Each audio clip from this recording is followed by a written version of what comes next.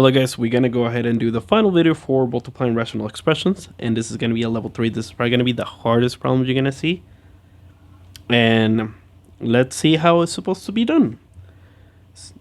First thing that you're going to have to go ahead and do, you're going to turn both of your fractions into one big fraction. So I'm going to put a line right here. Just make sure I have my long fraction, multiplication sign right there.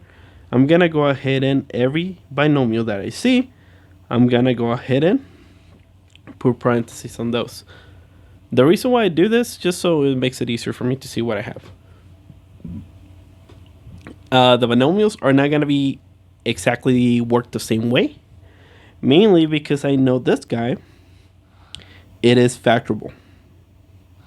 And I know it because, I've been factoring a lot. You guys probably won't be see it as easy as I see them, but I know that guy is factorable. And it's a perfect square. So technically, that one's going to be work exactly the same way as that one. We're going to go ahead and find two numbers that give me the last number. Once we find them, we find the middle one, and so on and so forth. Therefore, let's go ahead and start. I'm going to go ahead and I'm going to find numbers that give me 16. So 1 and 16. 2 and 8. 3 doesn't have 1, and 4 and 4.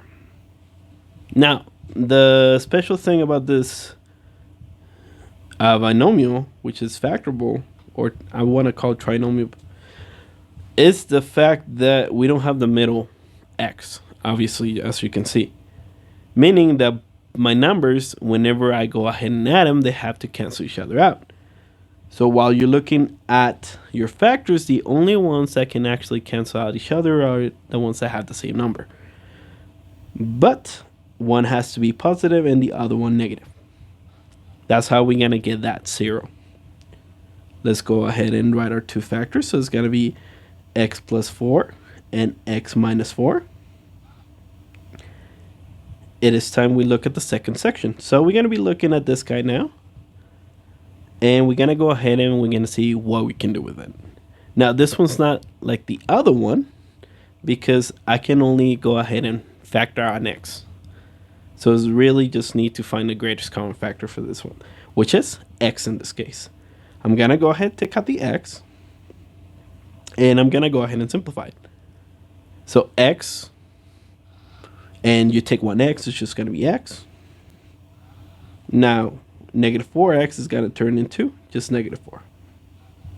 So at this point, we already factored everything on the top. Now, we actually focus on the bottom. What's the first thing I can do?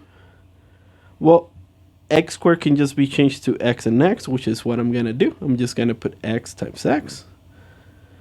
And now we're going to go ahead and factor this trinomial. I'm going to be looking for numbers that give me 12, which is 1 and 12, 2 and 6, and finally 3 and 4. I need to see which one can give me a negative 1, which is going to be this one, the very last one, and the fourth is going to have to be negative to get that negative 1. I'm going to start writing my two factors, which is going to be x plus 3 and x minus 4. At this point, we just need to see what we can cancel on the top and on the bottom, and then we're done. So let's go ahead and see what we can cancel. First of all, I can cancel those two x's, and then I can cancel the x minus 4, which anything left over is going to be my answer, and I'm going to leave it separate. I'm not going to go ahead and multiply it together. So I could multiply and do the FOIL. We're not going to do that, and we can distribute the x with this one. Same thing, we're not going to do that. We're just going to go ahead and write my answer at this point. Let's go. My answer is going to be x plus 4 times x minus 4 over x times x plus 3. And that is my answer for this one. This is a special case I was talking about. That you see the binomial right here, or it looks like a binomial, but it can actually be factored out. All right, so thank you guys for watching. Let me go ahead and zoom out, so that way you guys can see. And just thank you guys for watching.